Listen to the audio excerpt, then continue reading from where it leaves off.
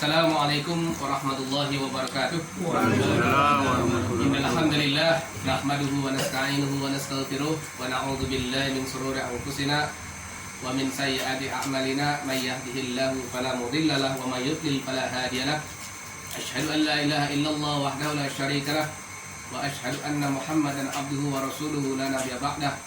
Allahumma shalli wa sallim wa barik ala nabiyyina Muhammadin wa alihi wa ashabihi wa man tabi'ahum bi ihsan ila yaumiddin, amma ba'd.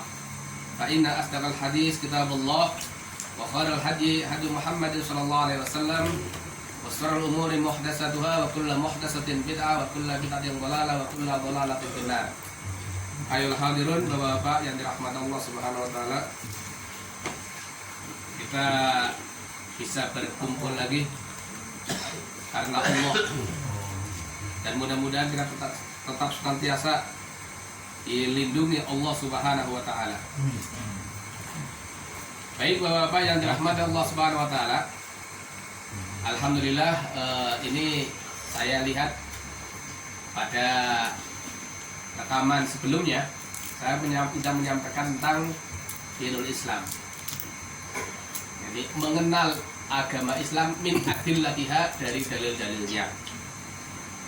Saya menyampaikan tentang masalah keislaman bukan isi daripada Islam, ajaran Islam bukan, tetapi tentang Islam itu sendiri yang Allah telah sampaikan kepada kita melalui ayat-ayatnya dan melalui hadis Rasulnya.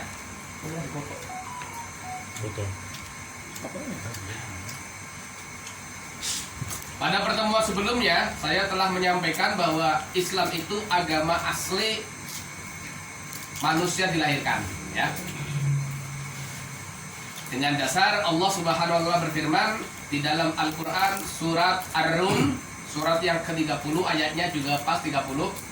Fa aqim wajhaka lid-dini hanifa fitratallahi allati fataran nasa 'alaiha. Maka hadapkanlah wajahmu pada agama ini, ad-din, pada agama ini, hanifan, dengan lurus. Fitratallahi allati fataran nasa 'alaiha. Ikutlah fitrah Allah.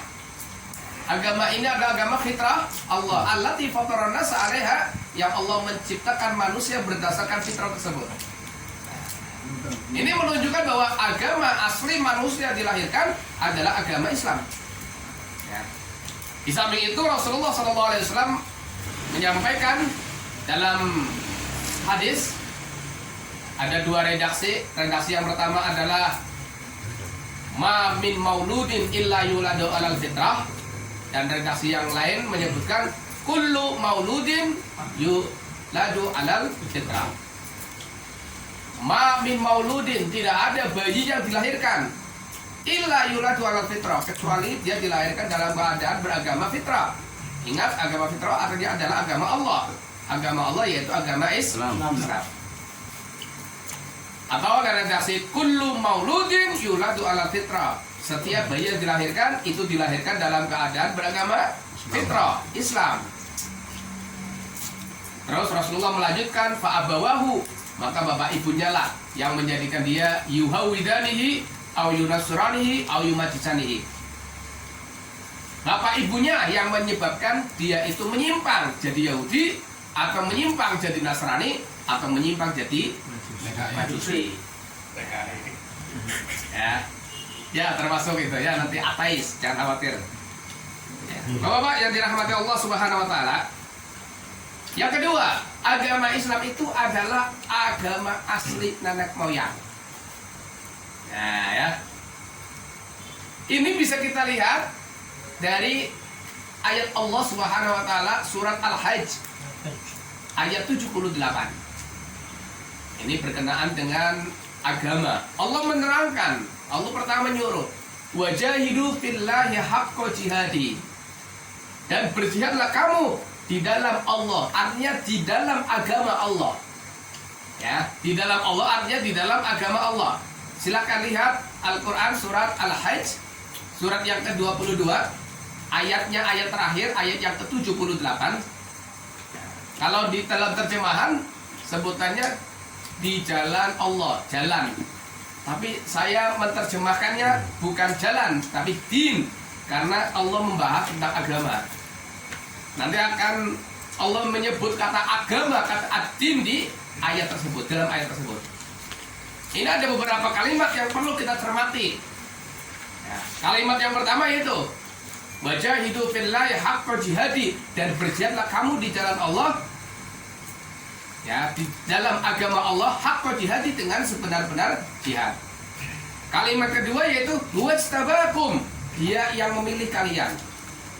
Artinya apa? Artinya adalah Allah yang memilih agama Islam buat kalian, itu artinya. Jadi kata-kata huwajtabakum itu artinya adalah dia yang telah memilihkan, ya, dia Allah yang telah memilih agama Islam untuk kalian. Kenapa saya terjemahkan seperti itu? Saya hubungkan dengan surat Al-Baqarah ayat 132. Di situ Allah menceritakan tentang wasiatnya Nabi Ibrahim dan Nabi Yakub alaihissalam. Dalam surat Al-Baqarah ayat yang ke-132, bisa dilihat surat Al-Baqarah ayat 132. Nabi Ibrahim itu mewasiatkan kepada anak-anaknya, ya baniya, hai anak-anakku, innallaha astafa lakumuddin fala tamutunna illa wa antum muslimun. Ya. Wahai anak-anakku, sesungguhnya Allah istofa, telah memilih, lakum, buat kalian, ad-din, agama. Tidak menyebut nama Islam, tapi ad-din, agama ini. Kemudian Nabi Ibrahim menyuruh fala tamutunna illa wa antum muslimun, dan janganlah kamu mati benar-benar kecuali mati dalam keadaan muslim. Ya. Jelas dalam keadaan muslim, orangnya muslim, berarti agamanya Islam. Ya. Jadi arti huwajtabakum artinya adalah apa? Dia yang telah memilih agama Islam itu untuk kalian. Hubungkan dengan ayat surat Al-Baqarah ayat ke-132. Nah, berbeda dengan wasiatnya Nabi Yakub alaihissalam, surat Al-Baqarah ayat 133 bawahnya. Ini Nabi Yakub alaihissalam memberikan wasiat tapi dalam bentuk pertanyaan yang menunjukkan esensi daripada agama Islam. Nabi Yakub mengumpulkan anak-anaknya ketika beliau mau wafat, sembari bertanya, "Ma ta'buduna min ba'di?" Apa yang telah akan engkau sembah, apa yang akan kalian sembah sepeninggalku.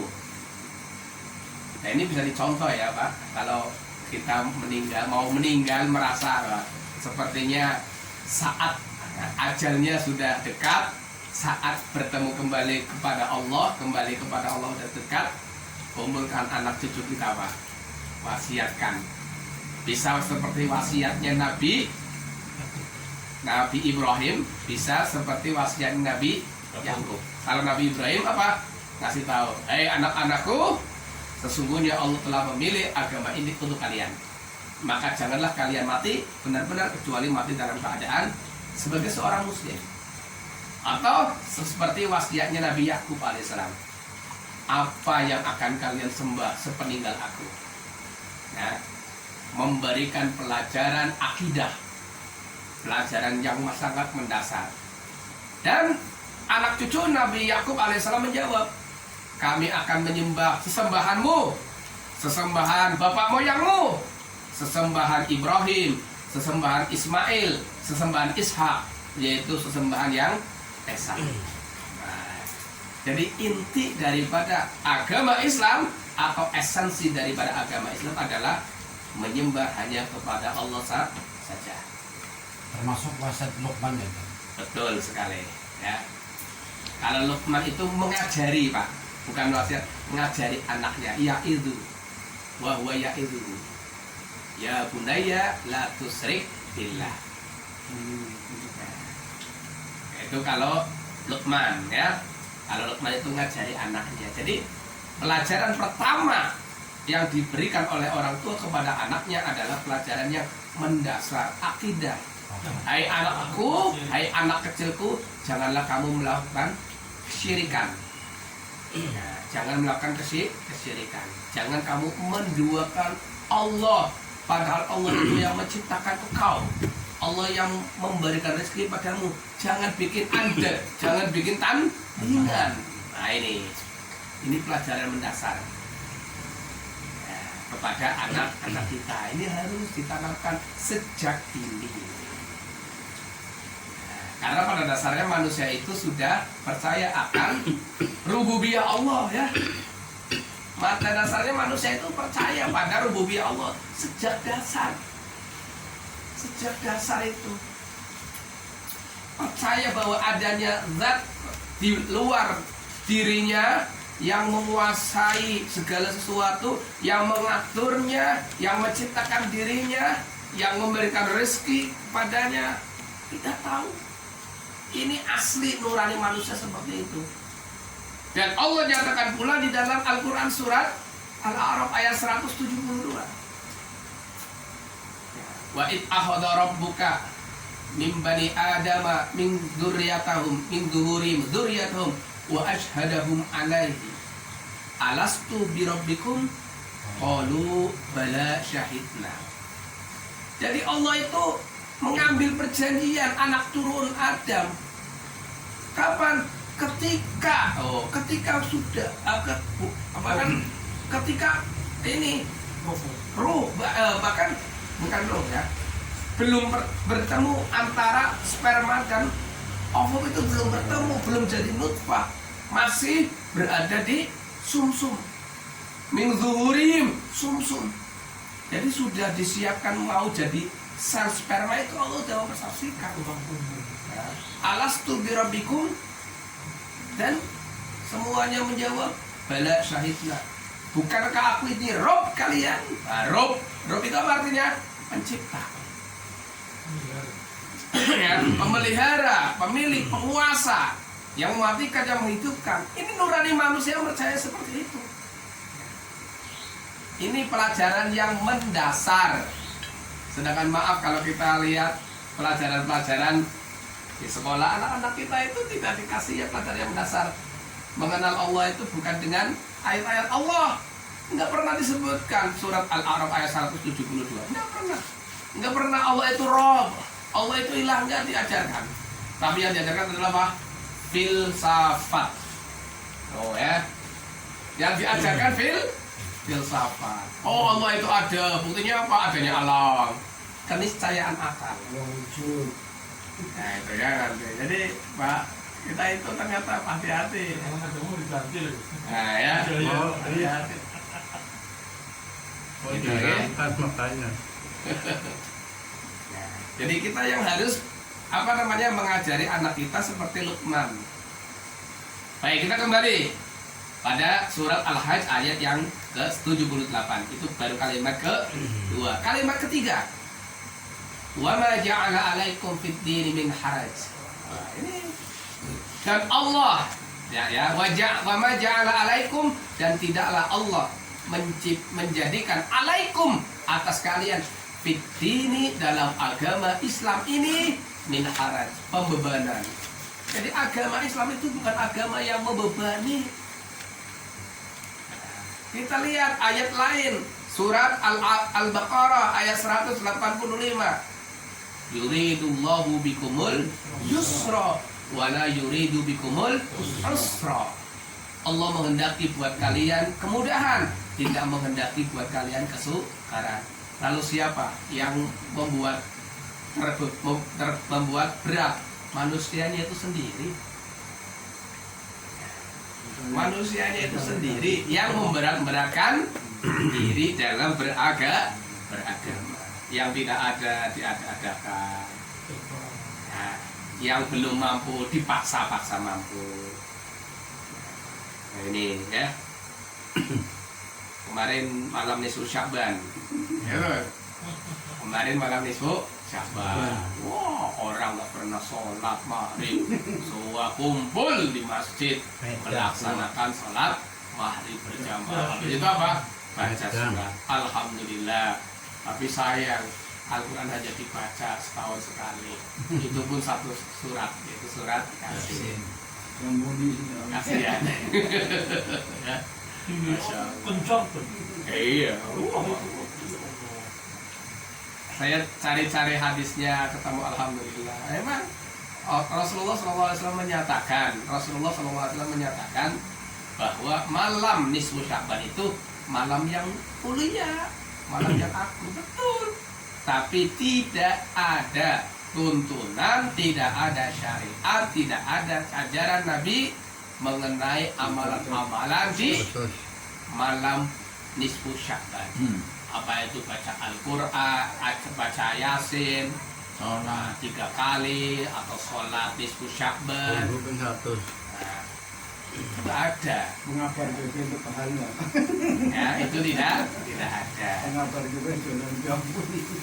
Ya, emang kita umat Islam ya banyak berkreasi dalam masalah agama.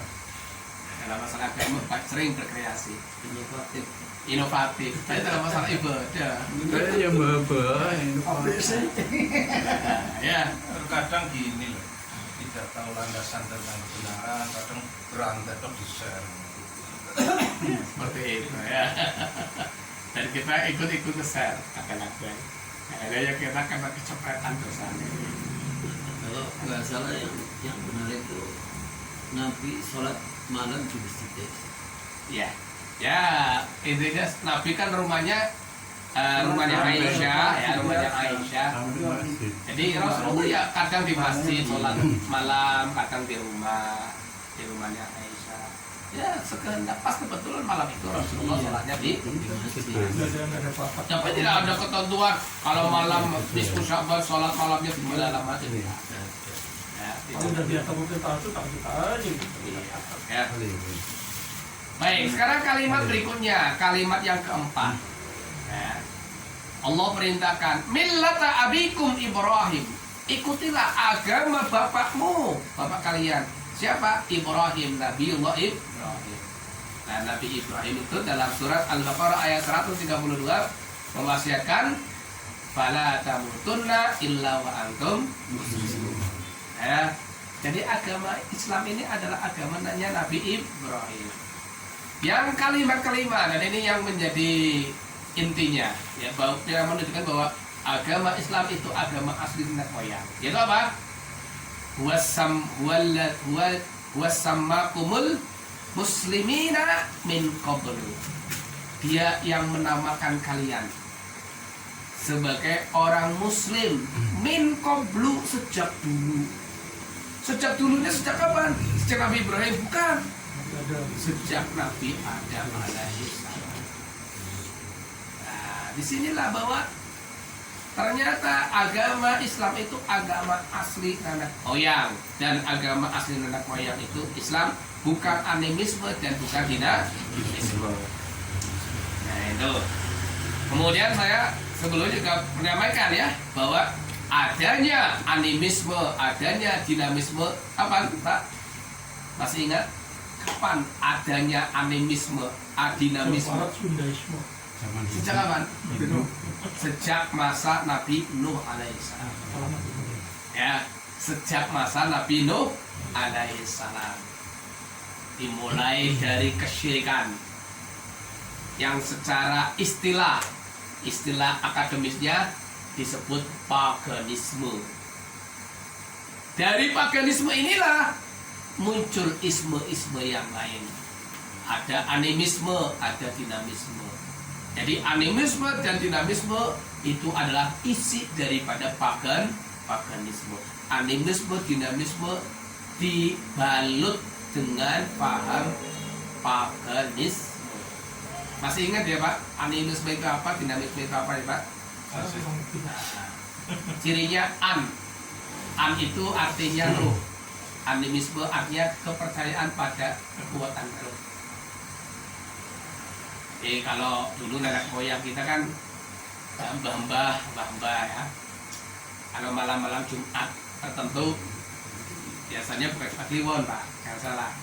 Tapi Jumat manis, Sukra Humanis, Jumat Legi.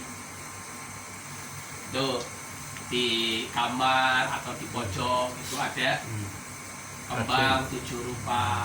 Itu sisa-sisa daripada animisme. Kenapa? Katanya kalau malam itu roh daripada mbah-mbah pada datang. Maka dikasih suguhan. Kesukaannya apa? Oh, sukanya sate. Karena sate wedusnya nggak ada, pakai sate tempe. Oh, sukanya kopi, kasih kopi. Kopinya kopi yang apa? Kopi pahit atau kopi manis? Dikasih. Oh, sukanya apa lagi? Sukanya rokok apa? Siong, umpama dan sebagainya. Sekarang ada rokok siong ya, Pak? Ada. Masih ada? Mukanya pun cuma ada pasar. Khusus ya? Orang-orang Ini animisme, ya, kepercayaan pada roh-roh yang sebenarnya itu keliru. Roh itu tidak bakal datang. Yang datang siapa? Yang datang itu adalah jin. Ya. Yang datang adalah jin. Dinamis. Maksudnya dinamis ini adalah benda. Tapi bukan sembarang benda. Benda-benda tertentu yang dianggap mempunyai keramat, mempunyai kemuliaan. Ada beberapa hewan-hewan yang dikeramatkan, ada beberapa benda-benda yang dikeramatkan, ada beberapa pohon-pohon yang dikeramatkan karena mempunyai daya lebih. Contoh, pohon pisang biasanya yang namanya pohon pisang jantungnya berapa? 1. Udah, seumur hidup jantungnya cuma 1. Pernah, Pak? Di satu tempat, saya pernah. Cuma waktu itu belum ada HP Android. Pohon pisang, Pak, jantungnya banyak sekali. Nah, orang itu gumun, orang itu kaget, aneh, heran, takjub dan sebagainya. Maka apa? Dikeramatkan. Wah, ini apa? Dinamisme. Biasanya orang-orang hal-hal yang hal-hal yang nyeleneh, ya.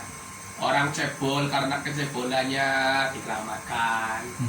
Ya. Kerbau umumnya warnanya hitam karena putih dikeramatkan. Saya selamat. Ya kan? Ini adalah peninggalan atau sisa-sisa apa mungkin masih ajaran dari dinamis. Masih banyak ya.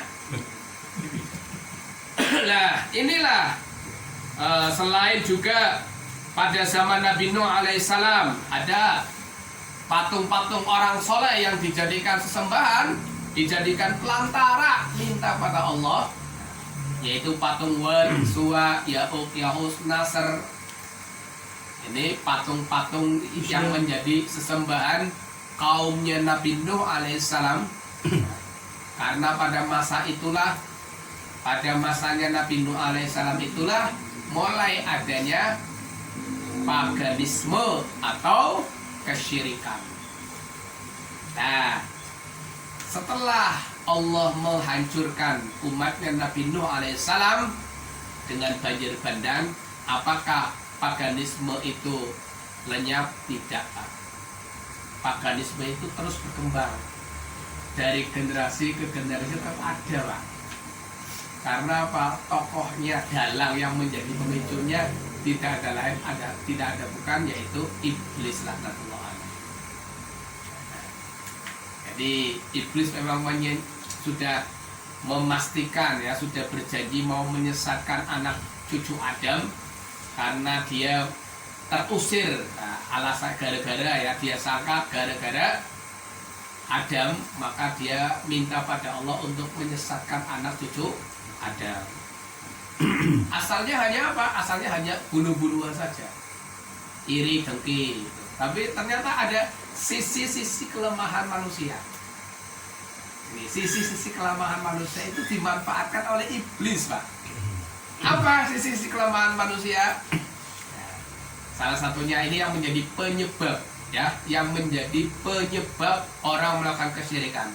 Yang pertama, yaitu dia itu merasa kecil hati berhadapan dengan Allah, minder, ya, merasa diri banyak dosa, merasa diri kotor, maka dia itu minta kepada Allah, merasa jauh, maka dia menggunakan orang-orang soleh yang telah wafat dijadikan sebagai pelantara. Ini bisa kita lihat di dalam Al-Quran surat Az-Zumar ayat 3. Orang-orang yang mengambil sesembahan wali-wali selain Allah, pelindung-pelindung selain Allah, mereka mengatakan ma na'buduhum illa liyuqarribuna ilallahi zulfa. Kami tidak menyembah mereka kecuali agar mereka mendekat diri kami kepada Allah sedekat-dekatnya. Kenapa? Aku tidak minta kepada orang yang ada di dalam kuburan. Aku minta pada Allah cuma lewat wali yang ada dalam kuburan ini. Kenapa? Aku itu kotor. Aku ini banyak dosa. Sedangkan yang di dalam kuburan ini adalah orang yang dekat dengan Allah, waliullah. Jadi saya minta pada Allah lewat pelantaraan wali yang ada di dalam kuburan. Itu yang menyebabkan kesyirikan itu. Apa? Perasaan minder, tidak percaya diri, merupakan kesyirikan. Kemudian ini dimanfaatkan oleh iblis. Wah, ini bukan patung sembarangan, ini patung orang soleh. Padahal iblis sendiri ogah, Pak. Iblis sendiri itu ogah melakukan kesyirikan, Pak. Jangan salah, iblis itu menyuruh orang lain untuk melakukan kesyirikan, dianya sendiri nggak mau. Ini bisa kita lihat di dalam surat Ibrahim ayat 22. Ini iblis itu menentang kesyirikan. Nah, monggo panjenengan lihat surat Ibrahim ayat 22. Itu apa? Khotbahnya iblis. Allah menyebutnya as-syaitan. Jadi ketika urusan sudah selesai di akhirat, setelah hari kiamat selesai, penghuni surga masuk ke surga, penghuni neraka masuk ke neraka. Nah, di neraka iblis berpidato, khotbah, Pak. Nah, itu khotbahnya bisa dilihat di dalam Al-Quran surat Ibrahim ayat 22. Itu khotbahnya iblis. Dan salah satu daripada khotbahnya iblis itu adalah apa? Dia itu mengingkari kesyirikan yang dilakukan oleh manusia yang melakukan kesyirikan. Nah, curang tak curang ya, Pak ya? Nyuruh orang lain melakukan kesyirikan, dia aja tidak mau. Nah, ya ada kapan waktunya saya akan lebih mengenai syirik, lebih mendalam mengenai kesyirikan, kita kaji. Jadi jangan kita itu mengetahui yang baik-baik saja. Ini baik, kerjakan, ini baik. Yang kalau cuma baik-baik saja, Pak. Sehingga apa? Masuk melakukan sesuatu yang tidak baik, ya tidak merasa. Kadang orang, ya kita harus tahu yang baik iya, yang buruk pun iya. Ilmu, kita harus ilmu itu. Kalau melakukan perbuatan, itu perbuatan yang baik. Tapi kalau berilmu mengetahui, itu jangan yang baik saja. Yang tidak baik pun perlu kita ketahui. Allah itu menurut Al-Quran, apa Al-Quran itu? Al-Furqan, salah satu fungsinya. Pembeda antara yang mana? Yang hak, yang benar, dan yang batil, yang keliru. Allah tunjukkan. Nah, ini Al-Quran. Jadi kalau orang itu nggak kenal, hanya tahu yang baik, hanya kenal iman, mukmin, tidak kenal syirik, bahaya, Pak. Masuk ke dalam kesyirikan, tapi nggak merasa dirinya syirik. Orang kenalnya hanya ibadah yang baik, tapi nggak kenal bid'ah, Pak. Masuk melakukan bid'ah nggak kerasa. Rasanya apa? Oh, bagus ini. Apa sih? Apa ini ya? Baca Quran masa nggak boleh? Dosa baca Quran. Ya.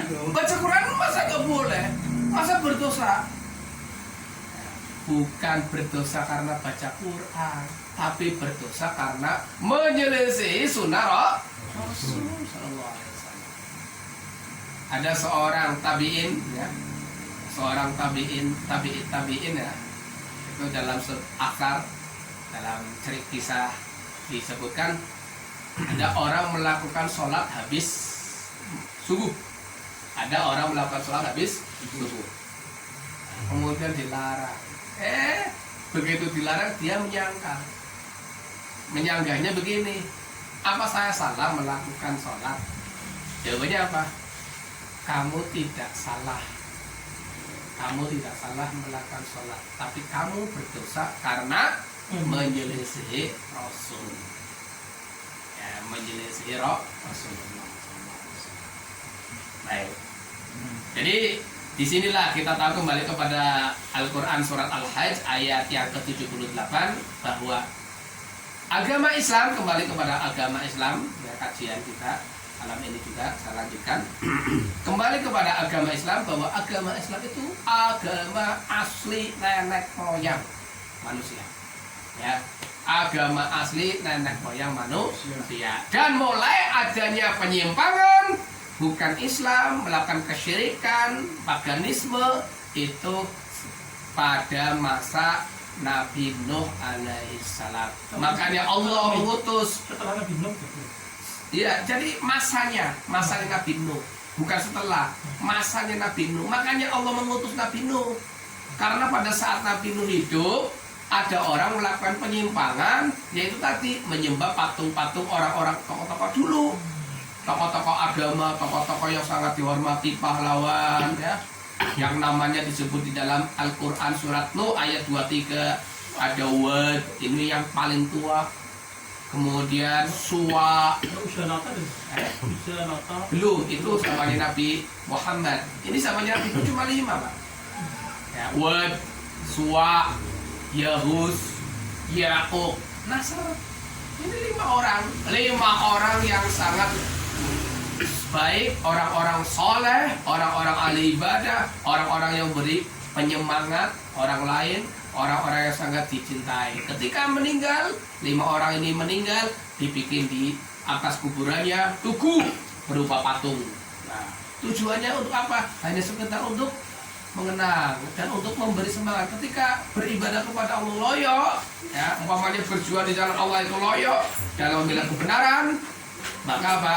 Dengan mendatangi monumen tersebut menjadi bersemangat. Nah, generasi ini hilangnya masih, generasi anak hilang, ganti generasi cucu. Lah ketika generasi cucu inilah mulai tidak hanya sekedar sebagai pengingat, pemberi semangat, tapi juga dijadikan sebagai wasilah, disembah, dimintai tolong, dimintai sawab, agar ketularan mempunyai jiwa pendekar, jiwa kesatria. Nah ini jiwa kepahlawanan dan sebagainya. Nah ini ya, dari paganisme inilah muncul isme-isme yang lain, yaitu animisme dan dinamisme. Selanjutnya, yaitu agama Islam itu adalah agama pilihan Allah. Ya, agama Islam adalah agama pilihan Allah, Pak. Ini saya sudah sampaikan surat Al-Baqarah ayat 132.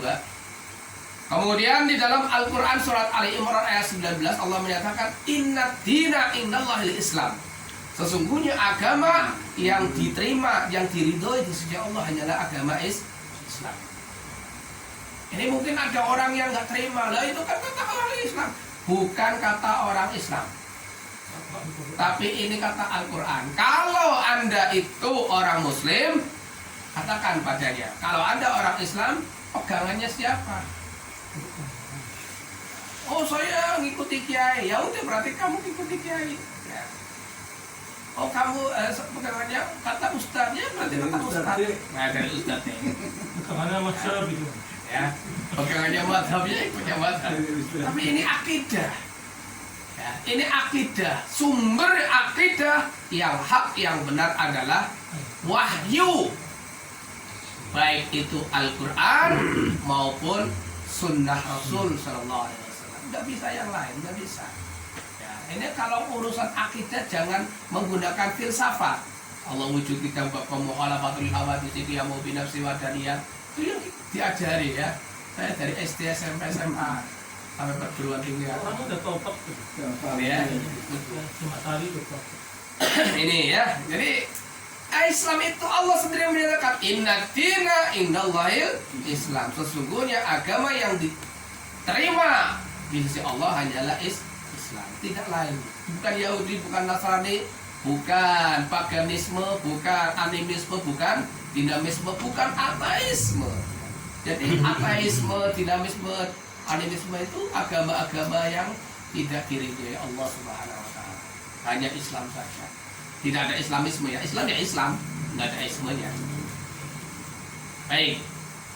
Dan di dalam Al-Quran juga surat Ali Imran surat yang sama Allah menyatakan surat Ali Imran ayat yang ke-85 Allah menyatakan, ya bisa dilihat, wa may yabtaghi al-islami dinan fala yuqbala minhu wa huwa fil akhirati minal khasirin.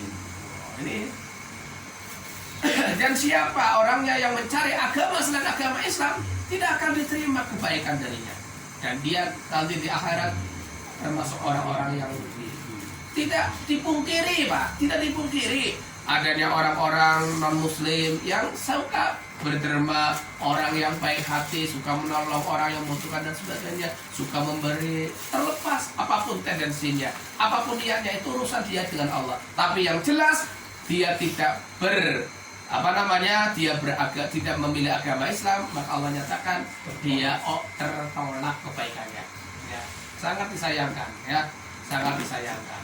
Dan nanti di akhirat dia akan rugi. Allah nyatakan di dalam ayat yang lain, amalan-amalan kebaikannya itu seperti dijadikan oleh Allah habaan mansura, debu yang berterbangan. Ya. Berapa lagi, Pak? Ya. Selanjutnya, agama Islam itu pilihan, Pak. Nah, ini penting untuk kita ketahui. Agama Islam itu adalah pilihan. Karena pilihan, Pak, karena pilihan, maka agama Islam memegang prinsip la ikraha fid din. Ya, tidak ada paksaan dalam beragama. Karena agama itu tidak bisa dipaksakan.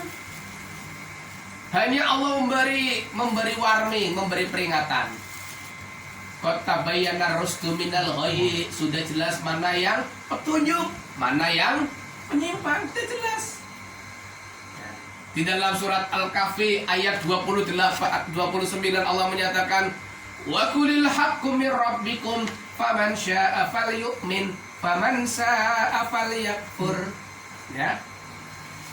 Dan katakanlah, hai manusia, kebenaran itu al-haq, kebenaran itu mir rabbikum. Itu datangnya dari Rabb kalian, pencipta kalian, yang menghidupkan kalian. Islam itu datangnya dari Rabb kalian, dari Allah. Faman syaa'a falyu'min, maka siapa yang mau, monggo silakan imani, silakan anut, silakan ikuti. Wa man syaa'a falyakfur, dan siapa yang mau silakan ingkari, silakan tolak.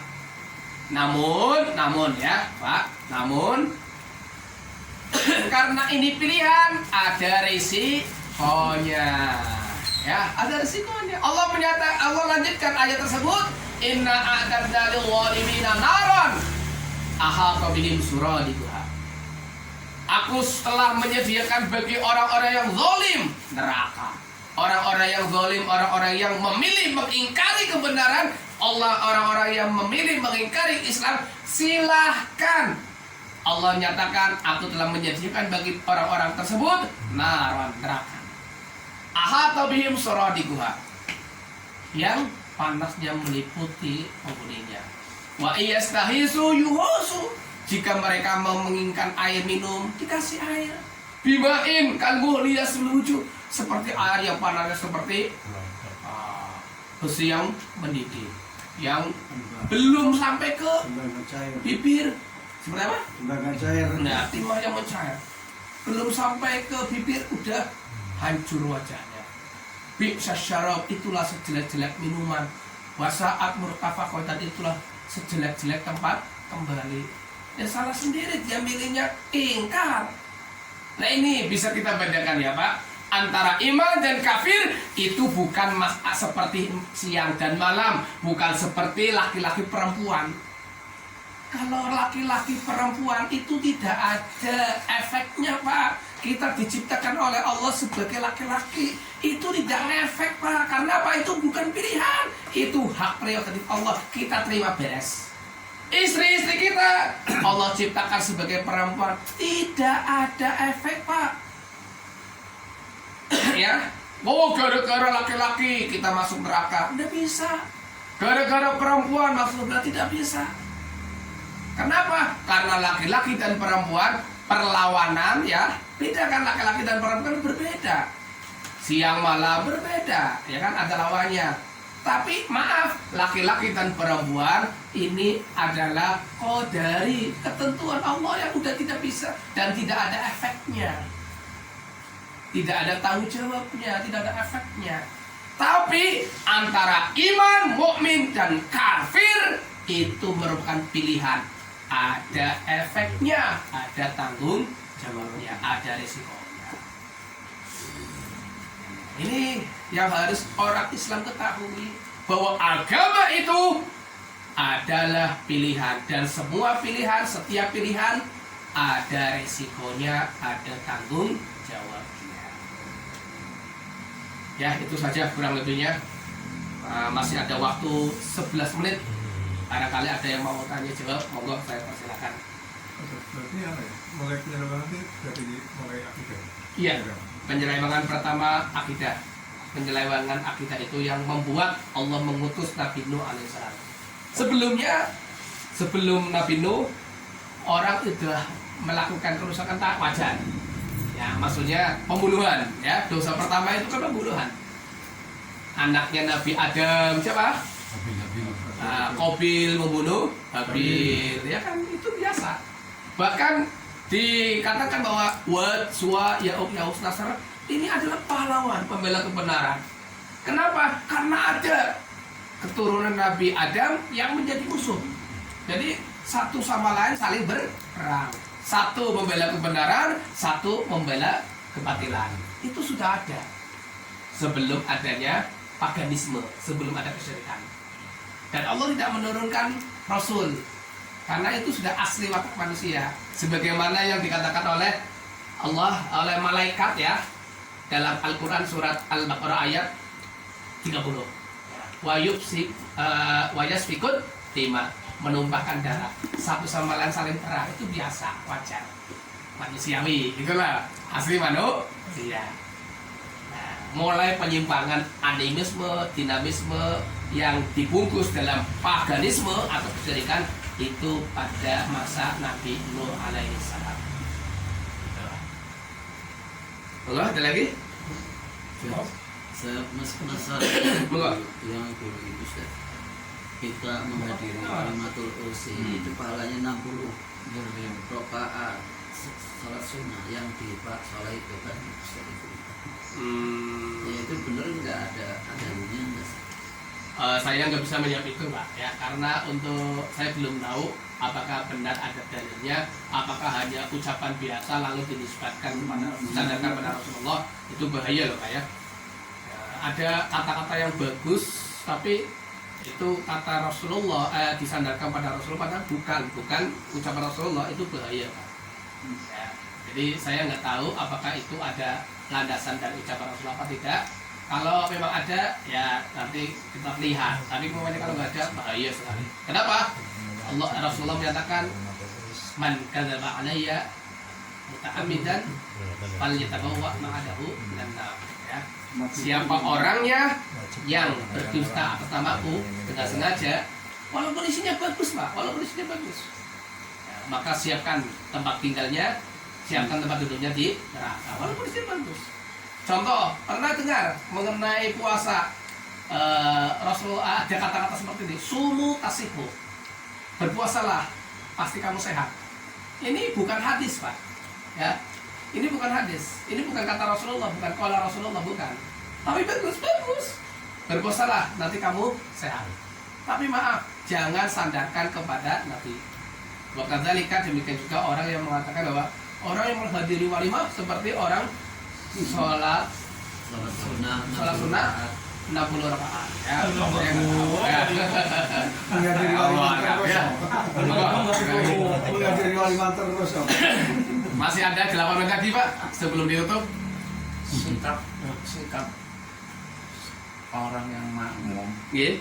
kan tamu imami subuh gula imami kunut akhirnya si makmum gimana? Ya si makmum ya berdiri ikut. Nah, kan nggak mungkin ya si imam itu kunut kemudian kita ruku, kan nggak mungkin. Iya, ya pada waktu imam kunut kita ikut mengamini. Ya, sebenarnya udah ada. Apa? Enggak, Diam saja. Ya. Diam ya. Diam saja. Kalau bisa nyari masjid yang lainnya. Tapi dia aja ngomongin dia. Ya, Ngomong diam saja Pak ya. Panggilnya respirasi deh tuh. Ketakutan. Jadi kalau umpamanya kita sholat di satu tempat ya, kemudian kita apa namanya mendapati imamnya kunut ya, kunut Allahumma hdini fiman hadait wa afini fiman afait ila akhirih gitu ya. Saya dulu hafal, sekarang agak ya masih sedikit hafal. Dan itu sih. Monggo silakan. Sehubung kunut. Itu kenapa ayat yang ke-6 itu istilahnya tidak disuarakan di sini. Tapi kalau di Mekah terus. Nah, inilah yang sebenarnya harus kita teliti ya. Banyak orang menisbatkan bahwa kunut itu madhabnya Imam Asy-Syafi'i. Banyak menisbatkan kunut itu madhabnya Imam Syafi'i. Sedangkan kalau kita lihat hadis bacaan Allahumma hdini fiman hadad itu, apakah itu dalam kunut subuh? Kenapa itu Pak? Itu kunut witir. Bukan kunut lazilah, itu kunut witir, bukan kunut subuh. Dan dalam hadis yang lain para sahabat itu menyatakan, ditanya apakah engkau sholat di belakang Rasulullah, belakang Abu Bakar, Umar belakang kunut? Nah, ada yang mengatakan itu muhdas. Jadi mengenai kunut itu sendiri kalau dilihat dari sisi bahasa artinya apa? Tekun.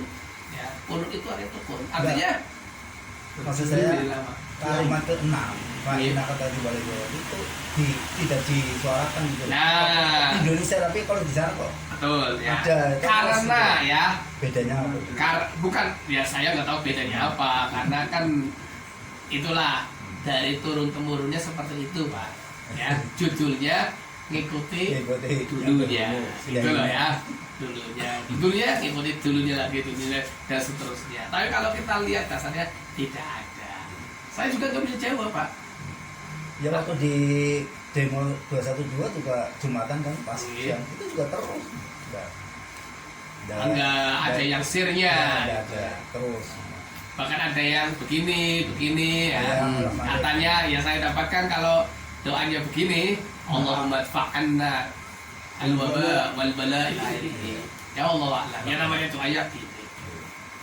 Itulah kalau kita tidak berdasarkan sunnah itu ya. Dasarnya bukan sunnah, dasarnya adalah kitab yang lain. Nah itu tadi akan banyak perbedaan sebagaimana ahli kitab satu surat dengan surat yang lain banyak perbedaan. Ya coba Pak. Ya, itu saja, mudah-mudahan bermanfaat. Assalamualaikum warahmatullahi wabarakatuh. Waalaikumsalam warahmatullahi wabarakatuh. Apa yang beliau sampaikan bisa di